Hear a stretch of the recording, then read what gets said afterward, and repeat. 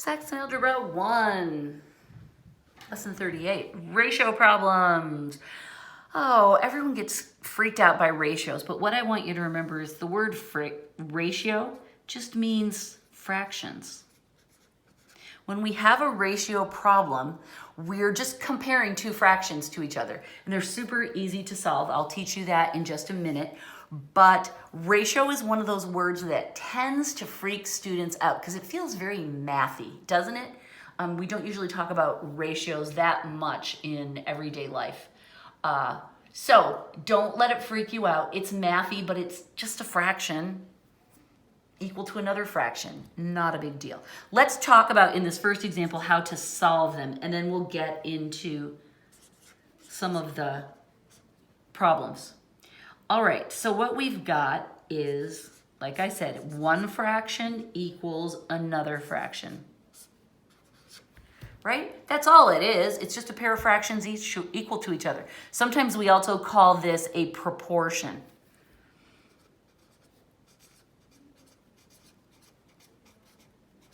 All right, and there's some technicalities to these words, but I don't want to worry about the technicalities now. I just want you to see that these three words are all ways to describe this. Now, how do we solve such a lovely creature? We cross multiply. That's the secret. Whenever you see fraction equals fraction, I want your brain to go ding, ding, ding, cross multiply. I always show cross multiplication like this. So I show, oh, we're multiplying this times this, and we're multiplying this times this. Students sometimes get confused. Am I supposed to start with the top and multiply down first, or am I supposed to start at the bottom and multiply up? Spoilers, it doesn't matter. It'll work out either way. The most important thing is that you're multiplying opposites. The top times the bottom times the top. Doesn't matter what order you write them in. I tend to start with this one, so I will go 4 times 5 equals 21 times m. Now, I did not multiply the 4 and 5 together, and I did that for a reason. Obviously, we all know it's 20. That's easy. But sometimes in these problems, we're going to get kind of big, cumbersome numbers here. And then let's just point out that here we're going to be trying to isolate m, so we're going to divide both sides by 21. A lot of times we will find that we can cancel. And it's easier to cancel if we have the smaller pieces rather than putting it together and multiplying it into one big number and then trying to figure out, oh, what parts of this might be cancelable with the denominator. So just don't multiply until we get to the end. Now this one is not a good example of what I'm talking about because there's 20 over 21. They have no common factors, right? So this, our final answer is 20 over 21 equals m. And that's as far as we can go. All right, and you'll see what I mean. We'll do more of these, and you'll understand what I mean about the not canceling.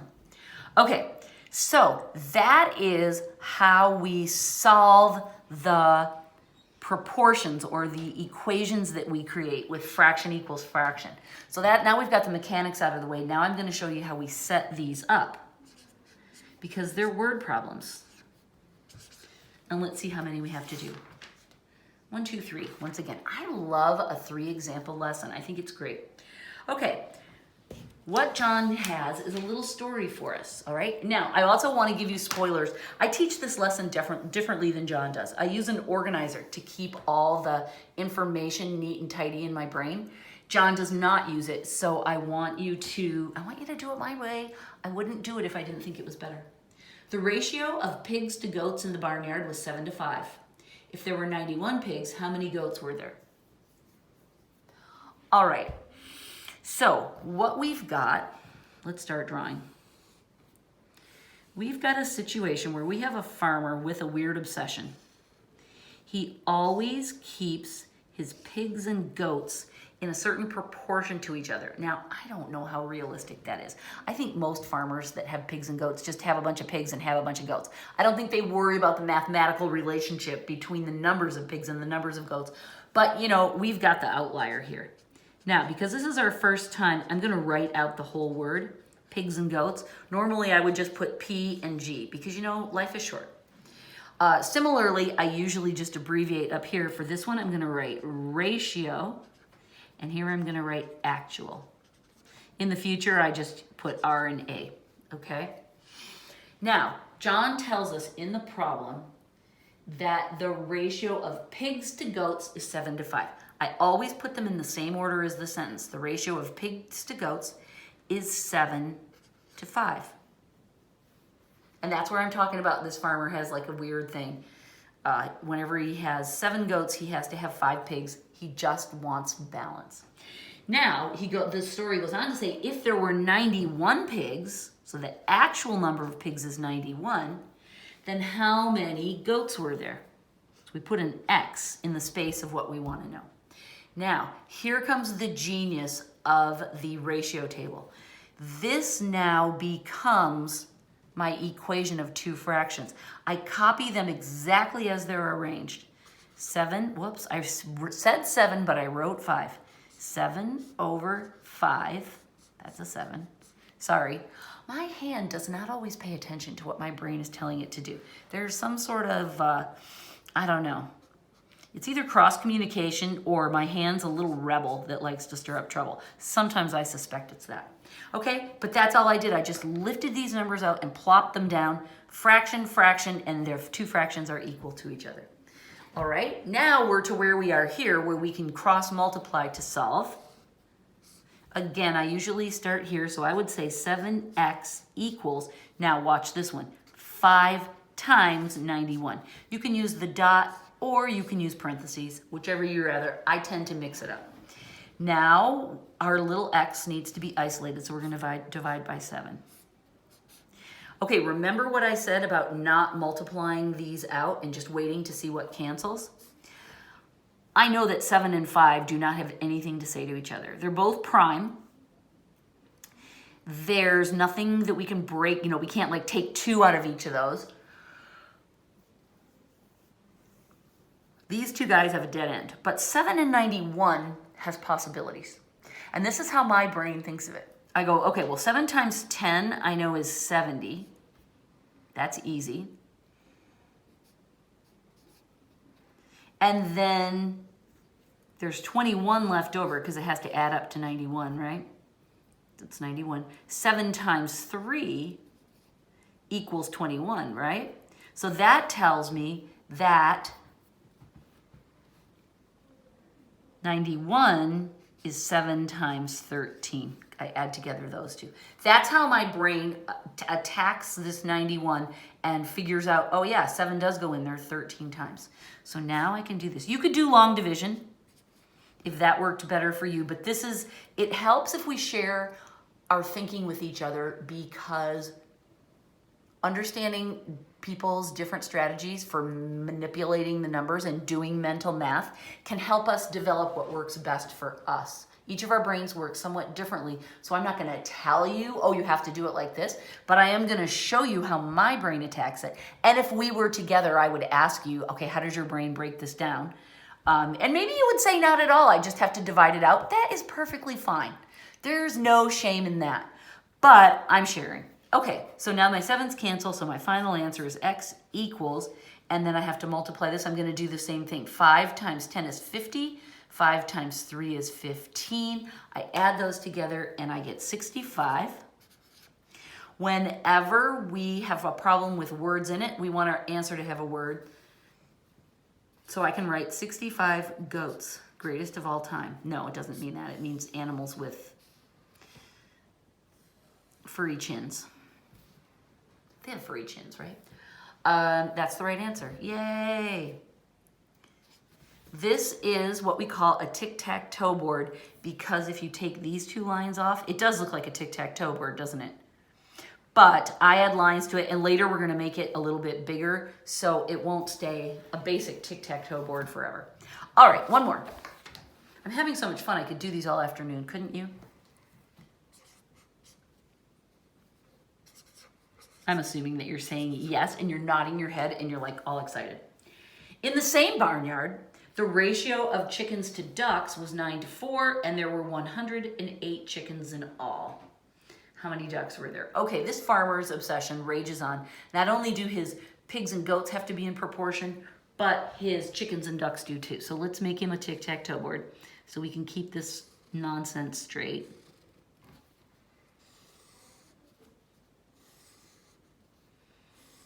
So it's the ratio, I look at the sentence to make sure I'm working in the same order. The ratio of chickens to ducks. This is the ratio, and then this is the actual number he has, right? This is his weird obsessive rule he made for himself, but he's allowed to have more than that. He just has to keep them in that balance. So that's the difference between ratio and actual. The ratio of chickens to ducks was 9-4. And there were 108 chickens in all. I make sure I write this one in the right row, right? Because if I screwed that up, then I would think there were 108 ducks, and my answer would be wrong, and it would just be sad.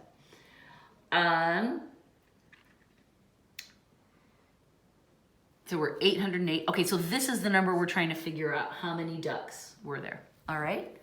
Once we get it set up, it's like a roller coaster. This is going up the big hill, right? This is the hard, scary part. And then once we get to the top, we're just out of control and we're going. 9/4 equals 1/8 times x, or divided by, I should say.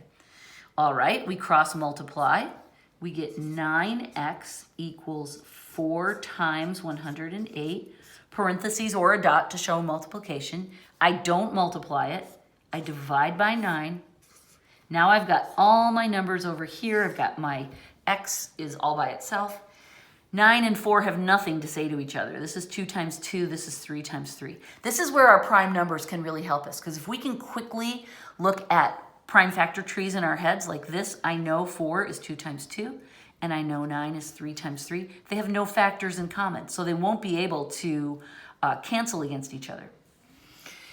Okay, so now what I'm wondering is, will 9 go into 108? So I'm going to do the same thing I did last time. I'm going to go, okay, 9 times 10 equals 90. And I need it to add up to 108. So that means I need 18 more. Oh, shoot, there it is. 9 times 2 equals 18, right? So that means 9 times 12 equals 108. And that means when I cancel 9 into 108, I will get 12 back. Okay, this is just my notes to myself. I still have a 4, I still have a 12, but this has gone to 1, so my denominator is all gone. So that means that my number of ducks is 4 times 12. It's 48 ducks. And as long as none of those ducks fly away, our 2 flocks will be in this farmer's perfect proportions, and all will be satisfying in his barnyard. For some reason, I keep thinking of those 3 crazy farmers in Fantastic Mr. Fox. I don't know if you read that book. It later became a movie, but as always, the book is a billion times better. Bogus, Bunsen Bean, I think are the name of those farmers. And they're really quirky and unpleasant dudes. And they remind me of the type that would be obsessed about keeping their different animal populations in perfect proportion to each other. Okay, that's how we do a basic ratio. We're going to be building on this for quite a while. We're going to be expanding it, doing some more complicated things with it. The process will always be pretty much the same. We'll use these little boards. When we get to Algebra 2, we'll be doing it in the context of chemistry and finding the weights of molecules and cool things like that. So this is a super useful calculation that you can use in your everyday life. Okay, that's the end of lesson 38. And so now what I want you to do for your homework, because this is Thanksgiving week and I'm giving you some breaks, I want you to do all the practice problems. Let's see how many there are. There are 2. And then I want you to do problem 1. Okay, so in the problem set, I want you to do number 1 because that is like this one. And then I want you to do 17 through 29, odds only. All right, so that will mean that you do 1, 2, 3, 4, 5, 6 more problems. Is that right? There's only 6 of them. 1, 2, 3, 4, 5, 6. Oh no, there's 7 because I forgot 29. All right, so that means you have 8 problems total in the problem set.